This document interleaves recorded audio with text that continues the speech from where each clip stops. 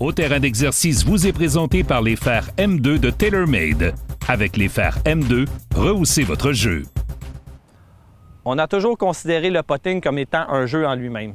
Et c'est effectivement la phase du golf qui a suscité le plus de réflexion et de créativité. On peut même dire que vos coups roulés vont représenter pour plus de 50 % de vos coups durant une ronde.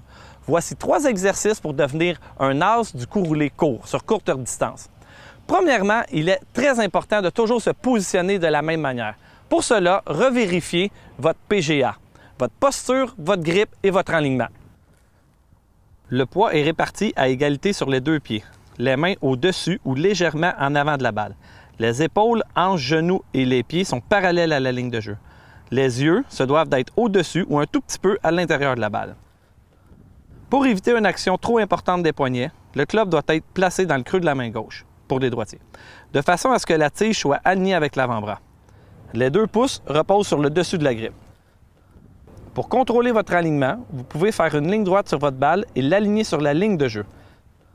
Ensuite, avec votre œil dominant, vérifiez que la tige de votre fer droit pointe vers le milieu du trou. N'oubliez pas que votre tête de putter doit être placée perpendiculaire à la ligne de jeu. Faites en sorte que votre PGA devienne un petit peu plus votre routine. Maintenant, en situation un petit peu plus dynamique, vous allez avoir besoin d'un bâton.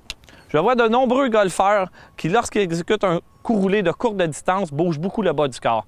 Pour essayer de contrer cette mauvaise habitude, je vous conseille de placer le bout de votre bâton à côté sur votre hanche et exécuter quelques mouvements. Grâce au point de contact entre votre hanche et votre bâton, vous serez en mesure de sentir le moindre mouvement de vos jambes.